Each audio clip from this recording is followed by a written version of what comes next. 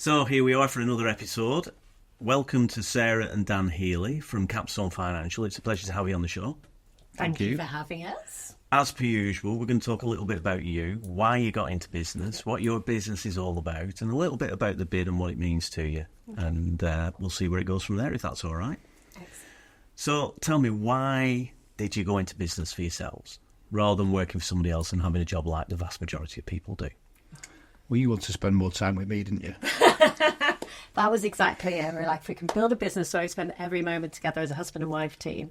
We both, you've always been quite entrepreneurial, and I'm sure you will tell your story from being a child, which I've heard many times. But for me, kind of when I was at university, I ended up working for a husband and wife team, startup business in a room in their house. And it was just really inspiring to see. And I think I always like the fact that having your own business, you're kind of control of your own destiny and could kind of build it exactly how you wanted to build it. Being able to do it with your husband, who sort of is your main partner in life, it's kind of it's a great thing, really. Yeah. So what were you doing, Sarah, before you started Capstone? Yeah. So I was actually, and funny enough, Capstone being financial services, I'd never had experience in financial services. I was actually head of marketing for a global software company. Right.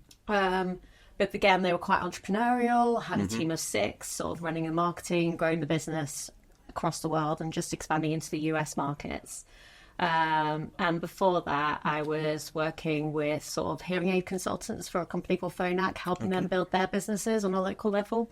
So it just gave me a really good mixture of working on a digital platform, building new inquiries, and then also working with local hearing aid advisors, kind of how they immerse themselves into local community to build their businesses. Yeah. And just loved all those kind of areas. Yeah. And sort of, I suppose now it gave me the opportunity. We wanted to build a business together. And so it was sort of going into a financial advisory business and building it as a team. And how about you, Dan? What were you doing before you started Capstone? What was I doing? Right, so basically, I'll paraphrase this very quickly, I came out of university, I always wanted to be a financial advisor. I don't know why I wanted to be a financial advisor, I had no idea why, but I wanted to be one. And I came out of university with an economics degree, and effectively I saw an advertisement for a trainee financial advisor. So I went along to the interview, I got the job, and I don't know how I got the job, because I've been to Sportsman's Evening the night before, but I got the job nonetheless, and did that for about 5 years, and then set my own business up. So I was about 26 when I set my own, 26, 27, set my own business up. And was that wasn't Capstone? That wasn't Capstone. Yeah, Right. It was a different business. But I was young, had no wrinkles on my face, and people didn't really trust me with their money because of that.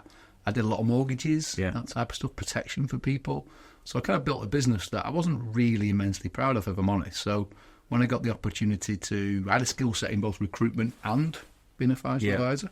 And when St James Place knocked on my door about doing recruitment instead, I decided to kind of sell my business at the time, because it wasn't something I was proud of. Yeah. And go into recruitment, which I did for quite a number of years with St James Place, and then the corporate machine didn't really do anything for me. Didn't really want to be in that corporate kind of space, so the entrepreneurial flair was kind of still let off, burn bright to then do something, and I managed to sell Sarah the dream of setting up come on, let's set up a business financial together. services. And how long ago together. was that? Well, it will be 10 years this October we've had the business. I mean, we've talked about it for about the past 11, 12 years. 12 years? Yeah. And then, it'll be 10 years this October. And, it's... There have been a lot of changes in the financial industry, haven't there? There was some changes in the regulations. It saw a lot of IFAs leave the industry, which left a sort of gap in the market, if you will, which I think a lot of firms have been trying to fill ever since. So what was it for you guys that, because a lot of the IFAs that I've ever met are small, either one-person or two-person businesses. What was it about growing a business that appealed to you? Because you've got this, you've got a huge sort of company now with quite a lot of people in it. Yeah. What made you want to go from being a smaller business to being a much larger business? I mean, what we've got now, so we've got 18 advisors and 22 support staff around that. And we've got growth aspirations on top. To keep going, yeah. On top of that, with the right people, of course. Yeah. I I think for us, it was just the opportunity, you know, mine and Dan's skill set are kind of beautifully placed in a way to grow a business. Both of us, in terms of my expertise within marketing, kind of getting advisors in front of the right type of clients that need our help and want our help. And Dan, his specialty, sort of where he's really best placed is finding the right advisors that are the right fit for us in terms of, you know, we try and get advisors that are really driven, client-centric, have specialisms, whether it's working with business owners or we've got a brilliant medical team as well. And really kind of making sure then that the marketing can kind of make sure that we reach those clients. And with that, the growth has just come with it. Yeah. And I think it's been quite, not niche, but kind of quite clear in who you're trying to work with in your client base and making sure that you've got the right advisors, the right operations team around it. That for us has been a massive growth part of the business, is getting the right people. Yeah. I think if you look at the reason why we saw an opportunity, the opportunity was because, in essence, financial advising businesses are it's very cottage industry, little businesses everywhere, and regulation doesn't allow for that. So what you find is a massive consolidation in the industry. So lots and lots of advisors leaving. 30 years ago, 35 years ago, there was 200,000 face-to-face financial advisors. Now about 25,000. Because there's more and more regulation. The latest one was consumer duty.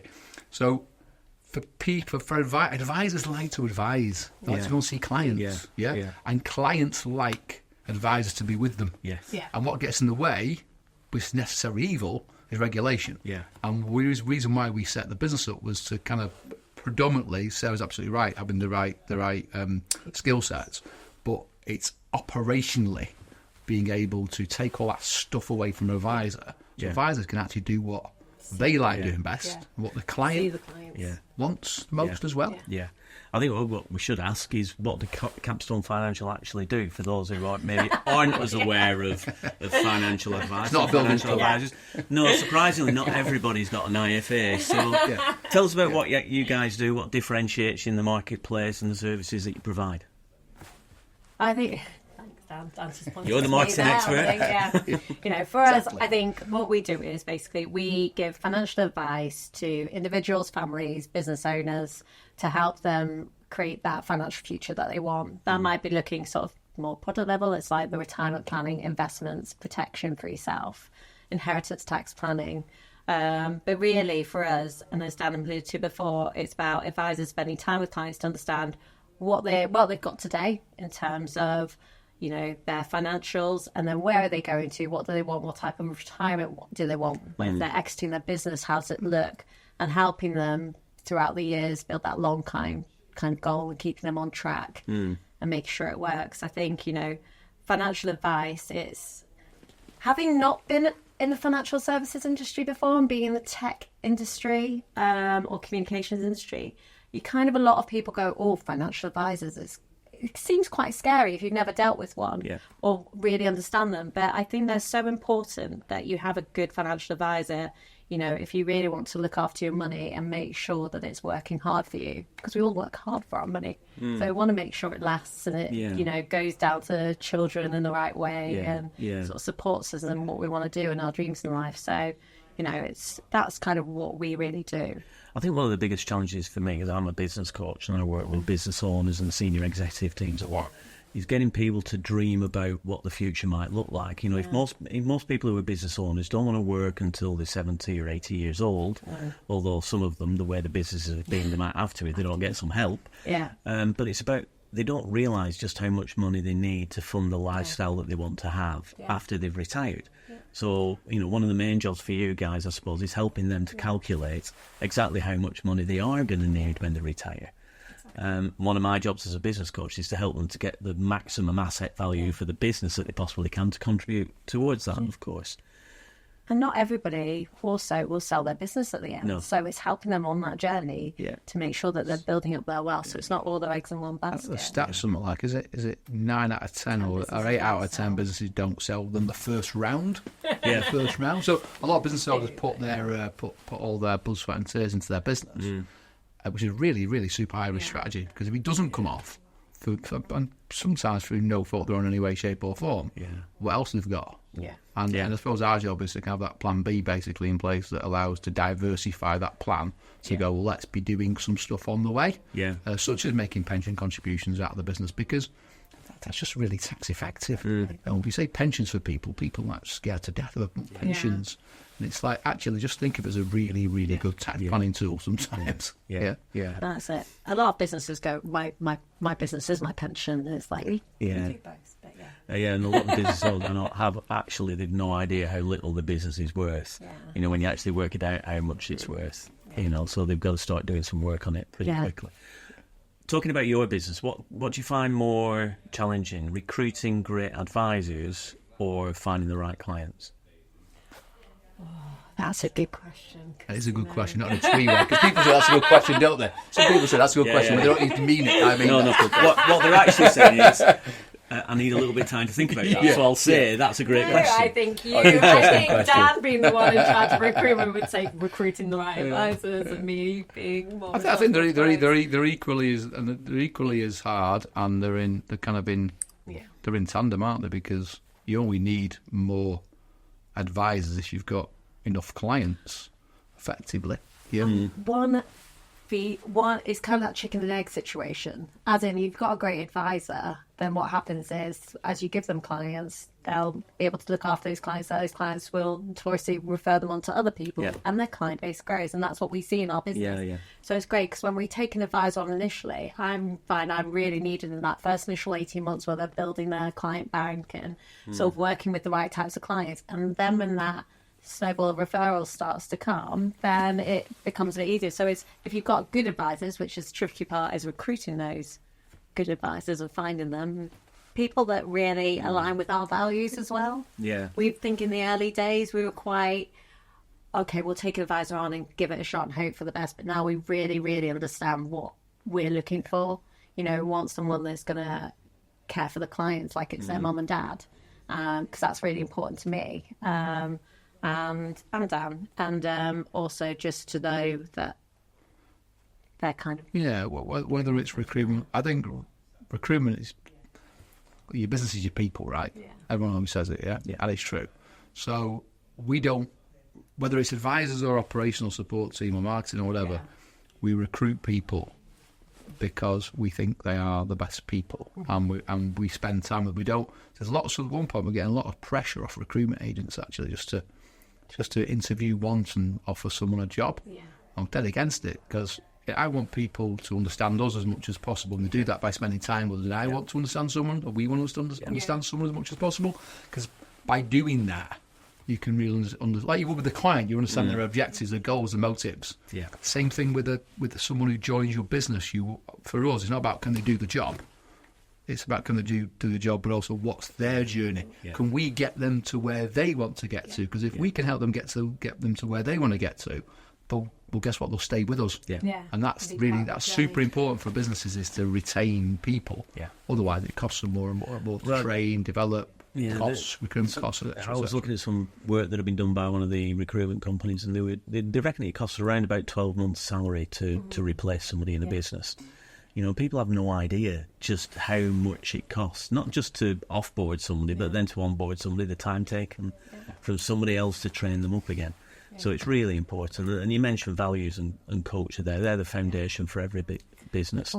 People are your business, but the behaviours of those people are a reflection of your culture and values, and you need to make sure you're getting the right people into your business for that. You know, we have a philosophy: hire slowly, fire quickly. You know, so you've got to find the right people and take some time about it. I mean, I think that's generally what we in the early days struggled with. We try and give people second, third, fourth chances, and then you realise actually people don't change. And I always love, there's a saying, isn't it? It's what is it? Culture eats strategy for breakfast. And I love that, because it's about getting that right culture and everything. you need to know where you're going and what you're doing, but it is... I think my favourite picture ever is, we were talking about culture one day and somebody showed us this picture. I think it was the Exxon Corporation, where they were leading two of the senior executives out through the reception in handcuffs. The FBI were taking them out for insider trading and stuff. And in the background were their values and culture of honesty and integrity written on the wall behind reception.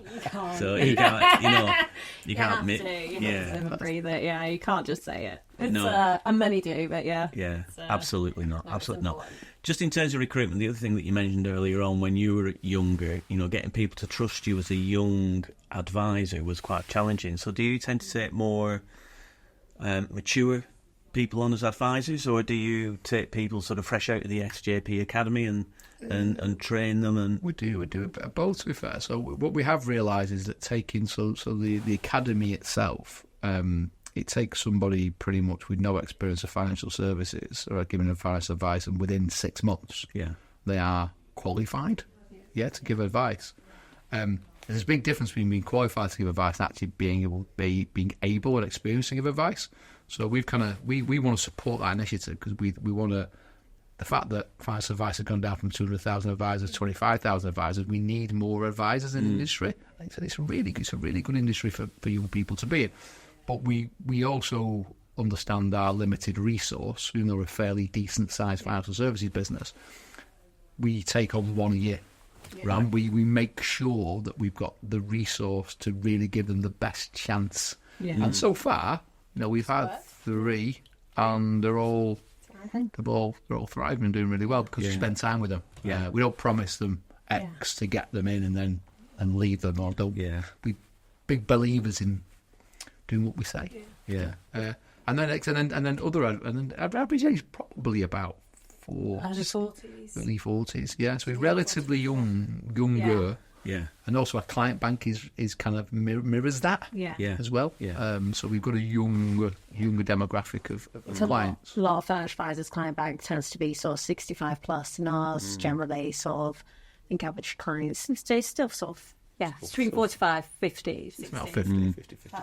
I think one of the challenges of financial advice is getting people to start thinking about it from a younger age. If you start in your 20s, saving a little bit every week or every month, then you're going to be sitting on a nice pile by the time you're 60. But when you get to 50 and you go, what am I going to do? I haven't got a pension. Then it becomes more difficult, doesn't it? It seems to be a switch in people's heads when they get like it's milestone birthday, so kind of 40.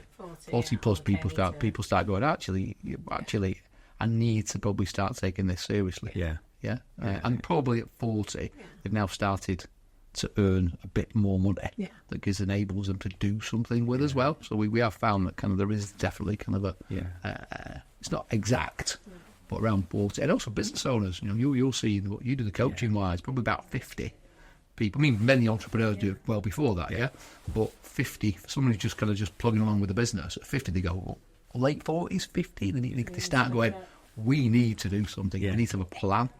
And then these others just drift into it without any plan whatsoever. I could talk about that forever, but it's about you guys, not me. So, just in terms of, for those business owners that are out there, and the same sort of rules of business apply to every type of business, whether you're a financial advisor or a landscape gardener, what would you say your biggest challenges have been over the last 10 years or so as a business owners? I know mine, but what are yours? Apart from working with your spouse, I think that's more challenging for me than it is him. I think the biggest issue, and by the way, I think it's people. It's getting the right people. Yeah. I think what I've realised in life is, when you're in primary school, you think everyone's the same, right? But everyone's different. Yeah. Everyone's lens in life is different. They've grown up in a different way, different set of circumstances. And I just think that people look at things perceptually different. So when you communicate something, you'll have some advisors that take it, or people who take it in the way it's intended, and you'll have some people who take it in a different way because they have been brought up a certain way, and that's the way they view life.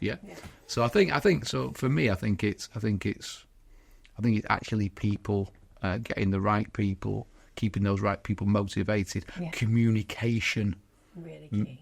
Being crystal clear. People, there is no if, no buts, no maybes in what you're kind of saying. Because everything we do genuinely is we are Sounds like advertising ourselves there, but it's true. We have a heart, we want to do the best by people. Yeah. And sometimes you feel that sometimes when you say things and do things, it's not taken in that context.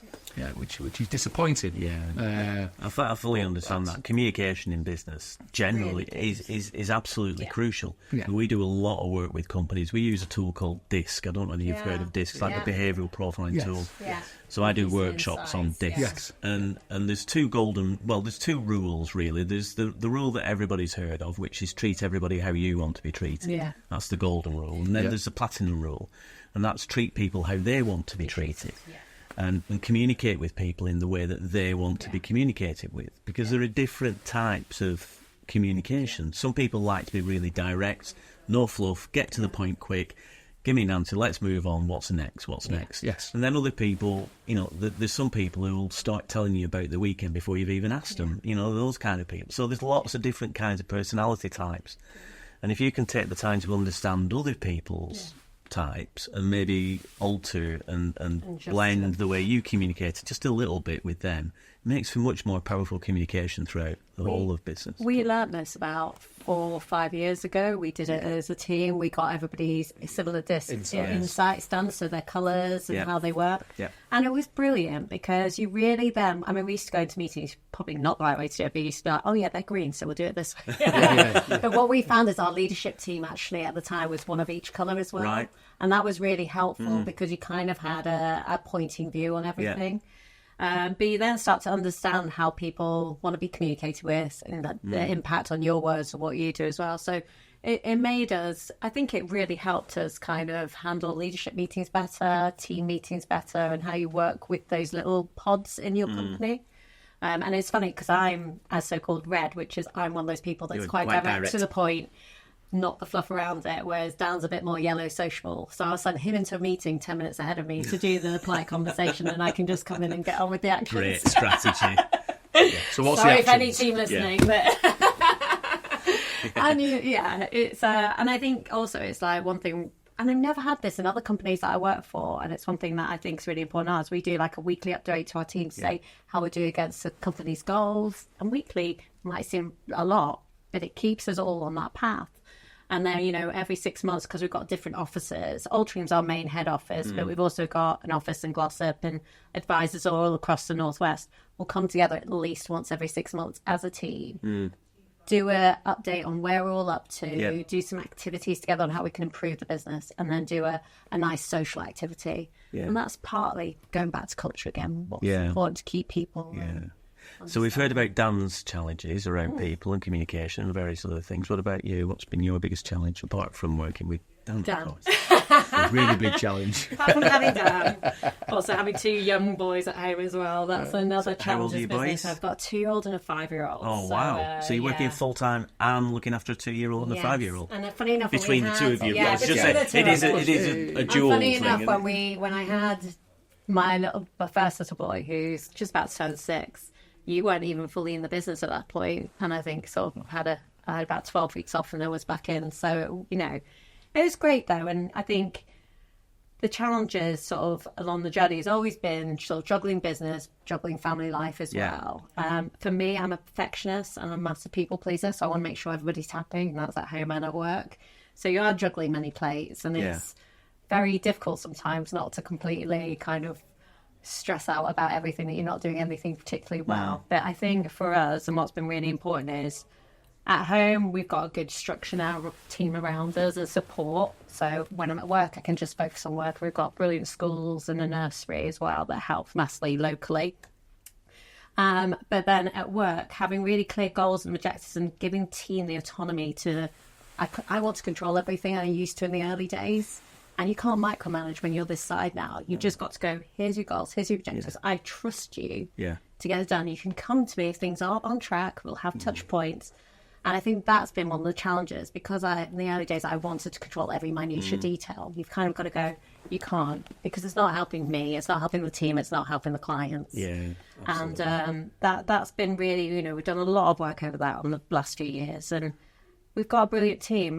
I can't fault them, and it's taken time to get the right team in place. But I now know, we could go away for a week's holiday. In the early days, you could go away on holiday and you'd still be on emails and calls, and trying to Nothing's battle changed. but put out fires. We're still on emails and calls, but I know I can go away and nothing's going to really go wrong. Yeah. The team can handle it. You know, they all know what they're doing, and Yeah. that's a challenge growing a business. Have you got to the stage where you've got an office manager or Yes. like a general manager in place so you can concentrate more on strategy moving forward as business owners? We've got an operations manager, Yeah. and then we then took an operations director on instead, and about a year ago, just night and day. Yeah. Night and day. Manager was very good at just managing processes, but not thinking about how to change those processes What's the right effectively. process? Yeah. And I've got an operations director who's brilliant because ultimately they're looking at operational Thinking more efficiency strategically, gets the commercial side of the business as well. Really, really good. And has actually done the job of being a financial advisor, so relates to both financial advisors and the operations team as well. So he's got a very good balanced view. Which I think is super important. If you've only just ever been in operations, you'll just look operationally at everything and not look at what the service to the advisor looks like. So very good, but it doesn't kind of stop there, does it? Because we've got like we've got a leadership team within the business. Because quickly understand, I think of those people who build businesses solely by themselves, it's all about them. Yeah. It's so hard. Hats off to them. We realised fairly quickly that actually, let's get a number of people who are all Complement our skill sets. skill sets, motivated, got the right values. Sarah talked before about the insight stuff and complement stuff. But with a goal in mind, yes, we have got we are the main shareholders of the business, but actually we've got a few other people that have got shares in the business because we believe that they can help us grow. They can help us grow the business. Yeah. I think it's true what you say. I mean, I listen to a lot of interviews with entrepreneurs as well as sort of doing these kind of things. And one of the things that they often say when you ask them why they're as successful as they are is that they always recruit people who are better than them at doing things. Two of the biggest challenges that I always come across with business owners who are starting out, who maybe just have them or maybe one or two other people, is why should I give it somebody else to do when I can do it myself? Or there's nobody better who can do it better than I can. Or they're that fearful of somebody doing something wrong because they haven't put the right systems and learning into place that they won't give it anybody else to do. And you cannot scale a business like that unless you are one in a million who just strikes that vein of luck who can go ahead and do it. Yeah, we're a massive believer in just in life in general for me anyway, and Sarah's pretty similar. Is if someone can else do it, if someone else can do the job, and their hourly rate is cheaper than my hourly rate, I might as well get them to do it. It's exactly the right thing to say. Isn't That's it? why I never mow the lawn at home. Just like don't Pay somebody else to do it. Yeah. Well, you'll have before long, you'll have a 5-year-old who's old, a couple of years' time, so he's big enough to get hold of the mower. He'll be fine, won't he? He doesn't have to wait till 5. He doesn't have to wait till that. Enjoy doing it now. Yeah. It's an analogy we often use, though, when you're looking at business and you're looking at the tasks that business owners are doing. Quite often, if you were doing the things that are the most valuable tasks for you, if it's going out and winning a huge client or going and see a company to enable you to go in and talk to their employees, that's worth hundreds, if not thousands of pounds an hour of your time. Why would you be doing £15 and £20 an hour tasks when you can be going out and doing that? Especially if you don't enjoy it. Yeah, No. absolutely. So Don't get me wrong, sometimes you have to do those things, if you're in the middle of changing what somebody's position is, you're trying to look what what I'm trying to say here is there becomes a gap in the company sometimes where you're doing a job you shouldn't be doing, and then you realise you need to bring somebody else in to do it. Sometimes you have to do that job to realise you need to bring somebody else in. Yeah. So it's that pain point. Yeah.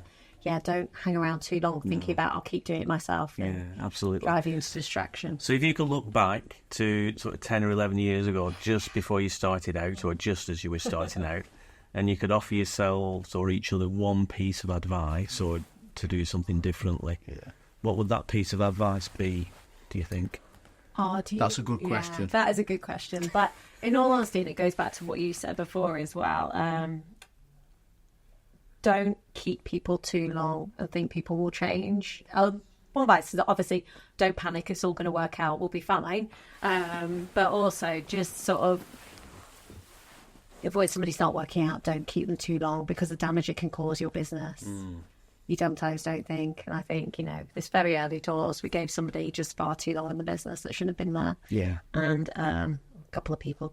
And it was, in looking back now, I go, we should have had the first gut instinct that they weren't going to work out we should have just let it go. Yeah. Amicably in all the right way, fine. But yeah, well, for me, it's amazing.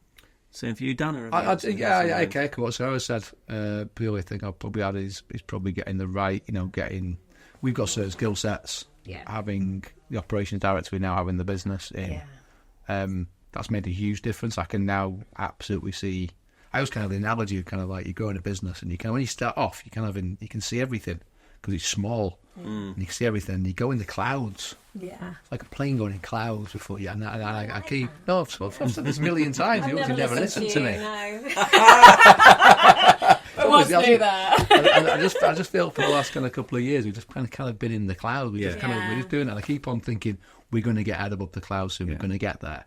Because I think once you're above them, I think business is still day to day still hard, etc., etc. But I think it becomes a self-perpetuating to some extent, And I think we take on the operations director, we just take on it feels much more clearer, and I feel like we're getting to that place where we are about to come out of the clouds.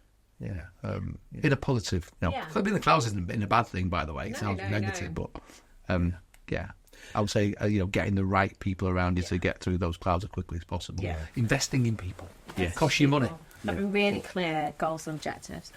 Oh, and not saying yes to everything. In the early days, I remember you just say yes to anything. Sometimes everything that's good because you learn.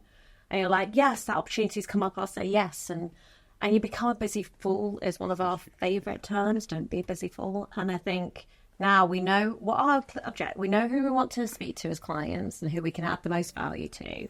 Whether it's business owners, medical professionals, those coming up to retirement, all those things, senior professionals. And it's like, okay, if a new opportunity comes in that doesn't kind of fit in what we're trying to do, just say no. That's fine. Very uncomfortable, but you have to. So yeah. And it's another common error that a lot of business owners make. They'll say yes to doing things, often at low margin. Yeah. They're chasing revenue all the time rather than thinking about, what's right for them and the business moving That's forward. indoctrinated. I think that's indoctrinated when you first start a business. Or when you first start a business, you just want to just be busy and do everything you do. You do anything at any price. They're in the business of busyness. But that's DNA, is that's indoctrinated in you then. So it's very, very difficult to let that go because it's become part of your DNA. Yeah. And it is trying to move away from that, which we are doing that. The funny thing is, I've never met a business owner who said, because I always ask them what prompted you to go into business, what were your dreams? I've never met a business owner yet who said, well, I dreamt of working 6 and 7 days a week and then getting up at stupid o'clock in the morning and doing my quotes at 10 o'clock at night. I really dreamt that being a business owner was like that. That's exactly why I went into business. Do you know what drives me insane at the moment? I'm allowed to go off on a tangent here, sorry. But the Instagram generation of, I keep getting things as a business owner, I know this is not real, and anyone out there listening and thinks it is, please stop, where you go, business owners, I built my business, I earn six figures a year and I'm working 20 hours a week. Nobody just gets that. No. It's a lot of hard work, blood, sweat and tears. Yeah. And this whole thing of, it will just be given to me.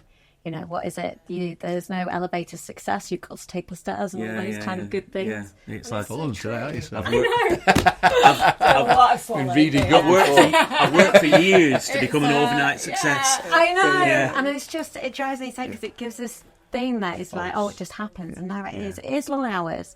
We'll put the kids to bed and we'll carry on working for another 3 or so plus hours. And, I get that. But if you believe in what you're doing and you're really passionate about it and you know why you're doing it, it costs. Of course. It becomes good. I am going to ask you about your focus for the future and what your dreams and goals are for the future, but it'd be remiss of us not to talk about the bid, seeing as we're exhausted by the bid. Yes. So you're in Altrincham, of course. Yes. What do you think the benefit of having a bid is for Altrincham and for businesses in and around Altrincham? Well, I was so passionate about the bid, I decided to become on the board of the bid. But I think it's great that head of marketing for our company, having somebody that helps me marketing, get our name out and get in front of people and get people trusting you is really great. It's like a little mini marketing team within my marketing team. And I think they work so hard to promote those businesses within Altrincham, and you've got to go to them with ideas and say, can you post this for me as well? And they'll come back, and it's two-way street to make the most of it. But it's great having that resource on hand, really, helping us and being part of that community. I think that's one thing I always loved about Altrincham. I've been here for 16 years now, and it's kind of that community spirit is just really important. Yeah. I think the bid exists to help bring more people into the town, to increase footfall, but also to make it a more attractive place for people to come and want to live and work. So it's good from two sides. You're bringing more footfall into the town for the businesses, and also hopefully attracting a better quality of employee who wants to live and work in. It goes hand in hand. the town. It goes hand in hand in a way, because the more footfall you get to Altrincham, the more people go, oh, I really like this place, I want to come and live here, partly. And you're right with employees as well. Businesses grow here, people want to stay here. But I think, if you look at kind of towns as being businesses, it's kind of what they are, aren't they? Every town's a business. And there's people are mobile. They can go wherever they want. People want to go and experience different things. So if you want to, the bid will enable Altrincham to have a better chance of securing those people that want to come and come into town. So, well, we're almost out of time. Unbelievably, I don't know where it goes. But just to finish, then, what's your focus for the future? What are your goals for the business for the next 5 years, 10 years or so? So I mean, so we every 5 years we do like a plan. Like a 5-year plan. So just a 5-year. And I know you chunk it all down, so we've done all that as well. And it's just baby steps, etc., etc. But I kind of a 5-year plan really is to get from where we are today, which is about 18 advisors, to about 38, 40 advisors. That's what we kind of want to get to. A lot of things underpin that.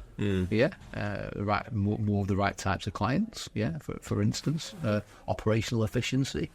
Advisor development, lots of things, but ultimately that's the goal, effectively, for the business. People want to be seen one of the best financial advisors in the Northwest. We recently got Best Financial Advisor at the Manchester Talk Awards. We're really developing our specialisms with helping medical professionals. Is massive, because you really need to know what you're doing. We've got some brilliant advisors in there, and business owners, and I think that's the exciting thing. It's we know the people we're working with really, really need our help and value it. And that's exciting. It's just growing that and getting in front of those people that we can help. And as I mentioned before, it's kind of we've always had this kind of bit of a mission statement. It's like doing right by everybody. So we've got these business goals, but what we kind of want to do it with a kind of a moral compass, and that moral compass is underpinned with this kind of statement, which is doing right by all our stakeholders. And all our stakeholders, basically employees, our clients, the business, the FCA. That's the thing that and that underpins your culture and your purpose. The reason that you exist. Simon Sinek, as I said, start with why, didn't he? I don't know if you've heard of Simon Sinek. His golden circle. No, if you understand what your why is, then it becomes much easier to do business all round. One final question then, for all of the business owners who are listening.